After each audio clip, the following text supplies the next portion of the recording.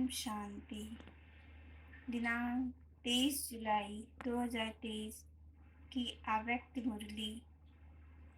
बाप दादा मधुबन। सर्व प्राप्ति संपन्न आत्मा की निशानी संतुष्टता और प्रसन्नता। आज सर्व प्राप्तियां कराने वाले बाप दादा अपने चारों ओर के प्राप्ति संपन्न बच्चों को देख रहे हैं। सर्व प्राप्तियों के दाता संपन्न और संपूर्ण बाप के बच्चे हैं, तो हर एक बच्चे को बाप ने सर्व प्राप्तियां का वर्षा दिया है। ऐसे नहीं किसको 10 दिया हो, किसको 20 दिया हो, सभी बच्चों को सर्व प्राप्तियों का अधिकार दिया है। सभी बच्चे फुल वर्षे के अधिकारी हैं। तो बाप दादा देख रहे हैं कि हर एक अधिकारी बच्चों ने अपने में प्राप्तियों का अधिकार कितना प्राप्त किया है। बाप ने सर्व दिया है। बाप को सर्व शक्तिमान या संपन्न सागर कहते हैं, लेकिन बच्चों ने उन प्राप्तियों को कहाँ तक अपना बनाया है। बाप का दिया हुआ वर्षा जब अपना बना लेते हैं तो जितना अपना बनाते हैं उतना नशा और खुशी रहती है। मेरा खजाना दिया बाप ने, लेकिन अपने में धारण कर अपना बना लिया। तो क्या देखा कि अपना बनाने में नंबर पार हो गए हैं। बाप ने नंबर नहीं बनाए हैं, लेकिन अपने अपने धारणा की यथाशक्ति ने नंबर बार बना दिया है। संपूर्ण अधिकार व सर्व प्राप्तियों से संपन्न आत्मा जो सदा अमृत वेले से रात तक प्राप्तियों के नशे व अनुभव में रहती है, उनकी निशानी क्या होगी। प्राप्तियों की निशानी है संतुष्टता। वो सदा संतुष्ट मणि बन दूसरों को भी संतुष्टता की झलक का वाइब्रेशन कराते रहते हैं। उनका चेहरा सदा प्रसन्नचित दिखाई देगा। प्रसन्नचित अर्थात सर्व प्रसन्नचित से न्यारा। कोई प्रश्न नहीं होगा। प्रसन्न होगा क्यों, क्या, कैसे, यह सब समाप्त। तो ऐसे प्रसन्नचित्त बने हो कि अभी भी कभी कभी कोई प्रश्न उठता है कि ये क्या है, ये क्यों है, ये कैसे है, ये कैसे होगा, कब होगा। ये प्रश्न चाहे मन में चाहे दूसरों से उठता है। प्रश्न चित्त हो या प्रसन्न चित्त हो, या कभी प्रश्न चित्त कभी प्रसन्न चित्त। क्या है, वैसे गायन है। आप प्राप्त नहीं कोई वस्तु ब्राह्मणों के खजाने में। ये किसका, किन ब्राह्मणों का गायन है। आपका है या दूसरे आने वाले हैं। आप ही हो। तो जब कोई प्राप्ति होती है ना, अप्राप्ति असंतुष्टता का कारण है। अपना अनुभव देखें। कभी भी मन असंतुष्ट होता है तो कारण क्या होता है। कोई न कोई अप्राप्ति का अनुभव करते हो, तब असंतुष्टता होती है। गायन तो है अप्राप्त नहीं कोई वस्तु। ये अब का गायन है, यह विनाश के समय का। विनाश के समय संपन्न हो जाएंगे कि अभी होना है। जो समझते हैं कि हम सदा प्रसन्नचित्त रहते हैं, कभी भी किसी भी बात में, चाहे अपने संबंध में चाहे दूसरों के संबंध में भी प्रश्न नहीं उठता। सदा संतुष्ट रहते हैं। ऐसी संतुष्ट आत्माएं कितनी होंगी? बहुत है। अच्छा, जो समझते हैं सदा प्रसन्न रहते हैं, चाहे माया कितना भी हिलाए, लेकिन हम नहीं हिलते। माया को हिला देते हैं। माया नमस्कार करती है, हम अंगद हैं। माया हार जाती है, लेकिन हम विजयी हैं। जो ऐसे हैं वो हाथ उठाओ।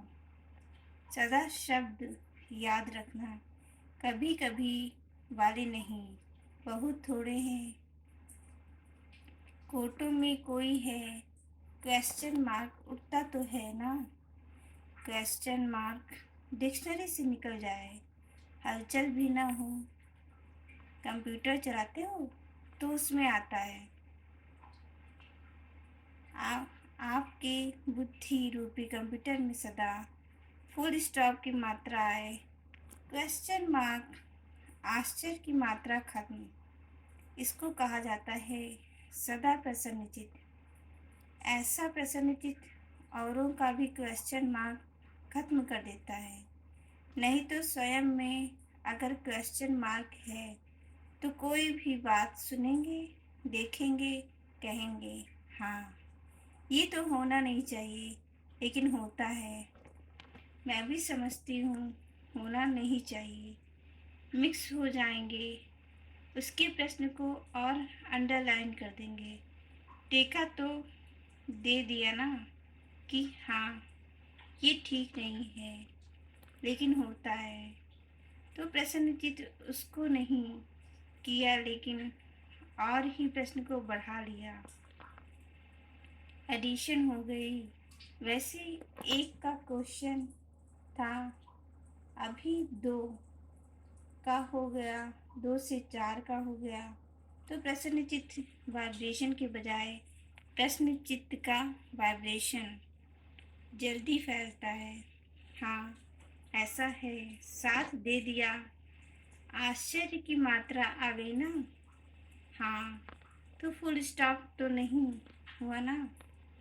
चाहे अपने प्रति भी ये मेरे से होना नहीं चाहिए, ये मेरे को मिलना चाहिए, ये दूसरे को नहीं होना चाहिए। तो ये चाहिए चाहिए प्रश्नचित्त बना देती है। प्रश्नचित्त नहीं तो सभी का लक्ष्य क्या है? संतुष्ट प्रसन्न चित्त। जिसका प्रसन्न चित्त होता है उसके मन बुद्धि की व्यर्थ की गति फास्ट नहीं होगी। सदा निर्मल निर्माण निर्माण होने के कारण सभी को अपने प्रसन्न चित्त की छाया में शीतलता देंगे। कैसा भी आग समान जला हुआ बहुत गर्म दिमाग का हो, लेकिन प्रसन्न चित्त के वाइब्रेशन की छाया में शीतल हो जाएगा। कमजोरी क्या आती है? वैसे ठीक चलते हो, अपने रीति से अच्छे चलते हो, लेकिन जब संबंध संपर्क में आते हो तो दूसरों की कमजोरी देखते सुनते वर्णन करते प्रभाव में आ जाते हो। फिर कहते हो कि इसने किया ना, इसलिए मेरे से भी हो गया। इसने कहा तभी मैंने कहा, उसने 50 बारी कहा, मैंने एक बारी कहा। फिर बाप के आगे भी बहुत मीठी मीठी बातें रखते हैं। कहते हैं बाबा आप समझो ना, इतना सहन कहाँ तक करेंगे। फिर भी पुरुषार्थी है ना, तो थोड़ा तो आएगा ना। बाप को भी समझाने लगते हैं। यहाँ जो निमित्त है उन्हों को बहुत कथाएं सुनाते हैं। ऐसा था ना, ऐसा था ना, ऐसा था ना। ऐसे ऐसे की माला जपते हैं। बाप दादा सदा ही इशारा देते हैं कि ऐसी बातें 2 अक्षर में वर्णन करो, लंबा वर्णन नहीं करो, क्योंकि ये व्यर्थ बातें बहुत चटपटी होती हैं, मज़ेदार लगती हैं। जैसे खाने में भी खट्टी मीठी चीज़ हो तो अच्छी लगेगी ना, और फीकी सादी हो तो कहेंगे ये तो खाते ही रहते हैं। तो व्यर्थ बातें, व्यर्थ चिंतन सुनना बोलना और करना। इसमें चलते चलते इंटरेस्ट बढ़ जाता है। फिर सोचते हैं मैं तो नहीं चाहती थी, लेकिन उसने सुनाया ना, तो मैंने कहा कि अच्छा उसका सुन दे, दिल खाली कर दें। उसकी तो दिल खाली हुई और आपने दिल भर ली। वो थोड़ा थोड़ा दिल में भरते भरते फिर संस्कार बन जाता है। और जब संस्कार बन जाता है तो महसूस ही नहीं होता कि ये रॉन्ग है, ये व्यर्थ है। व्यर्थ संस्कार बुद्धि के निर्णय को खत्म कर देता है। इसलिए सबसे सहज सदा संतुष्ट रहने की विधि है। सदा अपने सामने कोई ना कोई विशेष प्राप्ति को रखो, क्योंकि भूलती नहीं है, क्योंकि प्राप्ति भूलती नहीं है। ज्ञान की पॉइंट्स भूल सकती हैं, लेकिन कोई भी प्राप्ति भूलती नहीं है। बाप से क्या क्या मिला, कितना मिला, वैरायटी पसंद आती है ना। एक जैसा पसंद नहीं होता। तो आप अपने प्राप्तियों को देखो। ज्ञान के खजाने की प्राप्ति कितनी है, योग से शक्तियों की प्राप्ति कितनी है, दिव्य गुणों की प्राप्तियाँ कितनी हैं, प्रैक्टिकल नशे में खुशी में रहने की प्राप्तियाँ कितनी हैं। बहुत लिस्ट है ना। पहले भी सुनाया था कि कभी कोई गुण की प्राप्ति का को सामने रखते हुए संतुष्ट रहो, क्योंकि एक गुण भी अपनाया तो जैसे विकारों का आपस में बहुत गहरा संबंध है। अगर बाहर के रूप में इमर्ज रीति से क्रोध है, लेकिन आंतरिक चेक करो तो क्रोध के साथ लोभ अहंकार होता ही है। ये सब आपस में साथी हैं। कोई इमर्ज रूप में होते हैं, कोई मर्ज रूप में होते हैं। तो गुण भी जो है उन्हों का भी आपस में संबंध है। इमर्ज एक गुण को रखो, लेकिन दूसरे गुण भी उनके साथ ही मर्ज रूप में होते हैं। तो रोज कोई ना कोई प्राप्ति स्वरूप का अनुभव अवश्य करो। अगर प्राप्ति इमर्ज रूप में होगी तो प्राप्ति के आगे अप्राप्ति खत्म हो जाएगी और सदा संतुष्ट रहेंगे। वैसे भी देखो, दुनिया में भी मुख्य प्राप्ति सभी क्या चाहते हैं। हर एक चाहता है कि अपना नाम अच्छा हो, दूसरा मान और तीसरा शान। नाम मान शान ये प्राप्त करना चाहते हैं। आप भी क्या चाहते हो? आप भी तो यही चाहते हो ना, हद का नहीं बेहद का। तो दुनिया वाले तो हद के नाम के पिछाड़ी दौड़ते हैं, और आपका नाम विश्व में जितना ऊंचा है उतना और किसका है। तो आप अपने नाम को देखो। सबके नाम की विशेषता ये है कि आपका नाम कौन जपता है। स्वयं भगवान आपका नाम जपता है, तो इससे बड़ा नाम क्या होगा।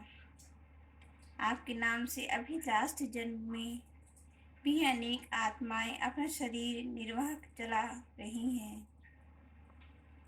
आप ब्राह्मण हो, आप ब्राह्मण हो ना, तो ब्राह्मण के नाम से आज भी नामधारी ब्राह्मण कितना कमा रहे हैं। अभी तक नामधारी ब्राह्मण भी कितना ऊंचे गाए जाते हैं। तो आपके नाम की कितनी महिमा है। इतना श्रेष्ठ नाम आपका हो गया, इसीलिए हद के नाम के पीछे नहीं जाओ। मेरा नाम तो कभी किसी में लेते ही नहीं। मेरा नाम सदा पीछे ही रहता है। सेवा में मैं करती हूँ, नाम दूसरे का हो जाता है। तो हद के नाम के पीछे नहीं जाओ। बाप के दिल में आपका नाम सदा ही श्रेष्ठ है। जब बाप के दिल में नाम हो गया तो कोई सेवा में या कोई प्रोग्राम में या कोई भी बातों में आपका नाम नहीं भी आया तो क्या हर्जा। बाप के पास तो है ना। जैसे भक्ति मार्ग में हनुमान का चित्र दिखाते हैं, तो उसके दिल में क्या था? राम था। और बाप के दिल में क्या है? बच्चे। तो बच्चों में आप हो या नहीं हो, तो सभी का नाम है। देखा है? पक्का? कभी मिस हो गया तो आप सभी का नाम है। तो और नाम के पीछे क्यों पड़ते हो? क्योंकि मेजॉरिटी यही नाम, मान, शान गिराता भी है, और यही नाम, मान, शान नशा भी चढ़ाता है। तो प्राप्ति के रूप में देखो, अगर मानो कोई कारण से आपका नाम गुप्त है और आप समझते हो कि मेरा नाम होना चाहिए, यथार्थ है, फिर भी अगर किसी आत्मा से हिसाब किताब के कारण, उसके संस्कार के कारण आपका नाम नहीं होता है, आप राइट हो, वो रॉन्ग है, फिर भी उसका नाम होता है, आपका नहीं, तो विजय माला में आपका नाम निश्चित है। इसलिए इसकी भी परवाह नहीं करो। इस रूप में माया ज़्यादा आती है, इसलिए अभी गलती से नाम मिस हो भी गया, कोई हर्जा नहीं। लेकिन विजय माला में आपका नाम मिस नहीं हो सकता। पहले आपका नाम होगा, तो अपने नाम की महिमा याद रखो कि मेरा नाम बाप के दिल पर है, विजय माला में है, अंत तक मेरा नाम सेवा कर रहा है। और आपका मन कितना है, भगवान ने भी आपको अपने से आगे रखा है। पहले बच्चे तो स्वयं बाप ने मान दे दिया। कितना आपका मान है, उसका प्रूफ देखो कि आपके जड़ चित्रों का भी लास्ट जन्म तक कितना मान है।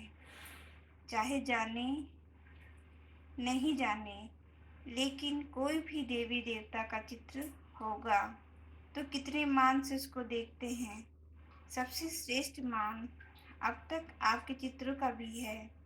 ये प्रूफ है, जब आपके चित्र भी इतने माननीय पूजनीय हैं, तो जिसका मान रखा जाता है उसको पूजनीय माना जाता है।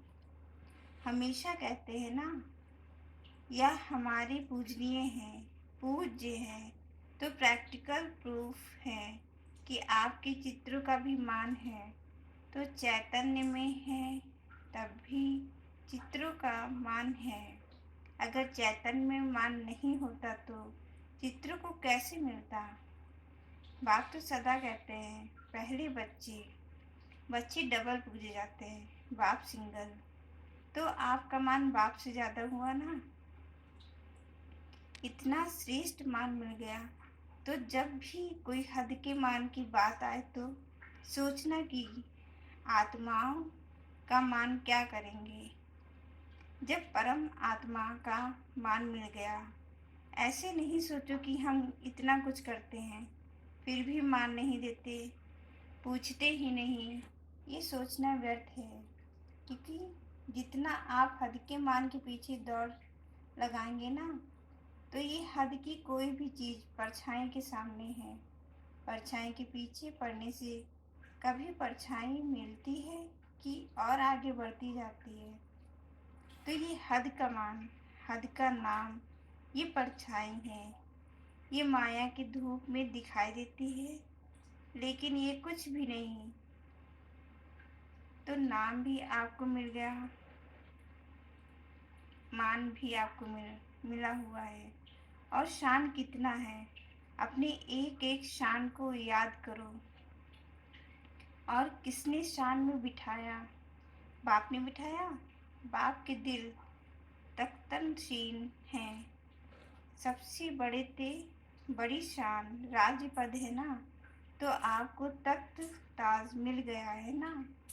जो परम आत्मा के तख्तनशीन है, इसकी बड़ी शान क्या है? कभी कभी निर्णय करने में एक छोटी सी गलती कर देते हो। जो रियल शान है, रूहानी शान है, वो कभी भी अभिमान की फीलिंग नहीं देगा। तो कभी भी या कभी कभी क्या करते हो, होता अभिमान है, लेकिन समझते हो कि ये शान तो अपना रखना चाहिए। इतना शान तो रखना चाहिए ना। शान में रहना अच्छा होता है, लेकिन शान है या अभिमान है, उसको अच्छी तरह से चेक करो। कभी कभी अभिमान को शान समझ लेते हैं और फिर निर्माण नहीं होते। आप अपनी शान को रियल समझते हो, लेकिन दूसरे समझते हैं कि ये अभिमान है। तो थोड़ा भी कुछ कह देंगे तो आपको अपमान लगेगा। अभिमान वाले को अपमान बहुत जल्दी फील होगा। थोड़ा भी किसने हंसी में भी कुछ कह दिया तो अपमान लगेगा। ये अभिमान की निशानी है। सोचेंगे, नहीं, मैं तो ऐसा हूँ ही नहीं, ऐसे थोड़ी कहना चाहिए। तो निर्णय ठीक करो। उस समय निर्णय में कमी कर लेते हो। यथार्थ के बजाय मिक्स होता है और आप उसको यथार्थ समझ लेते हो। तो कहने में आता है कि ये है बहुत अच्छे, लेकिन बोलचाल उठना बैठना जो है ना, वो अभिमान का लगता है। ये भी किसी ने कहा तो अपमान की फीलिंग आ जाएगी। तो सम्मान और अभिमान के अंतर को भी चेक करो। सम्मान कितना बड़ा है, शान कितनी बड़ी है। उस बेहद के नाम, मान और शान को सदा इमर्ज रखो। मर्ज नहीं, इमर्ज करो। जैसे याद में कभी कभी अलबेलापन आ जाता है तो कहते हैं, हम हैं, हम हैं ही बाप के, याद क्या करें। लेकिन इमर्ज संकल्प से प्राप्ति का अनुभव होता है। ऐसे ही हर धारणा में अलर्ट रहो, अलबेले नहीं बनो, क्योंकि समय समीप आ रहा है। और समय समीप क्या सूचना दे रहा है? समान बनो, संपन्न बनो। तो समय की चैलेंज को देखो और सर्व प्राप्तियों से संपन्न बनो। अच्छा,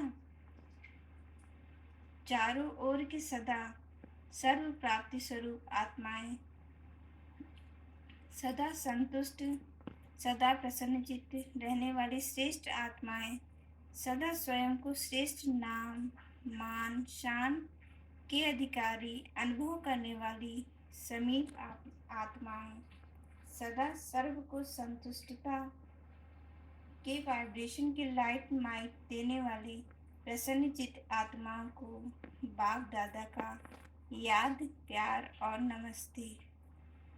वरदान: हर सेकंड स्वयं को भरपूर अनुभव कर सदा सेफ रहने वाले स्मृति सुसमर्थ स्वरूप भव। बाप दादा द्वारा संगम युग पर जो भी खजाने मिले हैं, उनसे स्वयं को सदा भरपूर रखो। जितना भरपूर, उतना हलचल नहीं।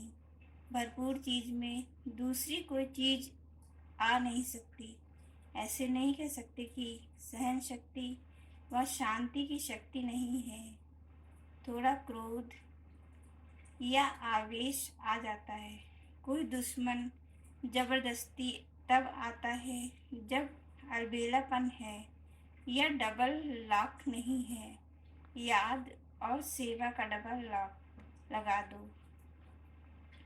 स्मृति स्वरूप रहो तो समर्थ बन सदा ही सेफ रहेंगे। स्लोगन: विश्व का नव निर्माण करने के लिए, विश्व का नव निर्माण करने के लिए अपनी स्थिति निर्माण चित्त बनाओ।